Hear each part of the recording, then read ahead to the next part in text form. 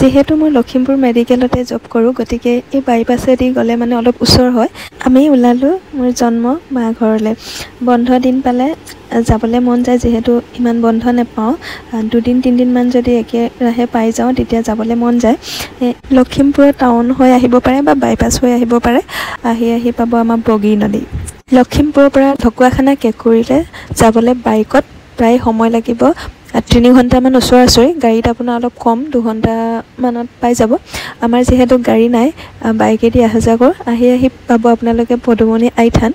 তাতে আপোনালোকে হেৰাকাই আহিব পাৰে ইয়াৰ পিছতে আপোনালোকে পাব সুবেনশ্ৰীৰ দলং যথেষ্ট দীঘল হয় তাৰ পৰা আপোনালোকে আহি পাব গোগামুখ ৰাস্তাটো আপোনালোকে মন কৰিব ইমান ধুনীয়া হৈ আছে যেহেতু ইলেকশ্যন ওচৰ চাপিছে ৰাস্তাবোৰ ভাল কৰিবলৈ আমাৰ মামাই যদি নিৰ্দেশ দিয়ে ৰাস্তাবোৰ সোনকালে ভাল হৈ যাব ভিডিঅ'টো এই কাৰণে বনালোঁ কিছুমানে আমাৰ ঢকুৱাখানা কেঁকুৰি চিনি নাপায় আমাৰ লখিমপুৰ ডিষ্ট্ৰিক্ট মানুহবিলাকে চিনি পায় কিন্তু নলবাৰী গুৱাহাটীৰ সেইফালৰ মানুহবিলাকে চিনি নাপায় আমাৰ অফিচতে কৰা দাদা দুজন মানে সদায়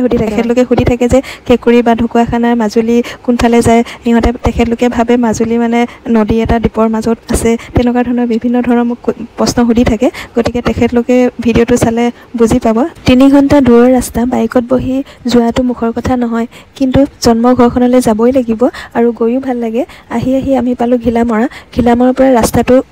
বেয়া নহয় ঠিকেই তাৰ আগৰখিনি কিন্তু ৰাস্তা ভাল হোৱা নাই বেয়া হৈ গ'ল প্ৰত্যেকবাৰে আহোঁতে যিহেতু পিছবেলা অহা হয় গতিকে আহোঁতে আমাৰ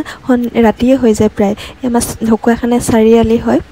টাউনডোখৰ আমাৰ মানে মেইন পইণ্ট ঢকুৱাখানা এনেদৰে আন্ধাৰে আমি গৈ থাকিম আৰু গৈ পাই ইমানে গা বিষ ভাগৰ লাগিব গৈ চিধা বিচনাত পৰিম আৰু গুৰুত্বপূৰ্ণ ঠাইকেইডোখৰহে দেখালোঁ আপোনালোকক ঢকুৱাখানা চাৰিআলিৰ পৰা গৈ আপোনালোকে পাব খজুৱা তিনিআলিৰ পৰা লেফ্ট ছাইডে গুচি যাব চিধা যোৱা যিটো ৰাস্তা সেইটো বাসুদেৱ থানলৈ যায় আপোনালোকে পাব ইয়াৰ সোণাৰী চাপৰিখন আগতকৈ অলপ ডেভেলপ হৈছে ইমানো বেছি ডাঙৰ নহয় অৱশেষত আহি এই আমাৰ গাঁও পথাৰখন দেখিছে ইয়াতে গাঁৱতে আমাৰ সকলোবোৰ কৃষি প্ৰধান মানুহ হয় ইয়াতে সৰিয়হৰ দিনত সৰিয়হ কৰে মাটিমাহ নহৰু আলু ধান খেতি সকলো ধৰণৰ 12টা মাহত 13টা খেতি কৰে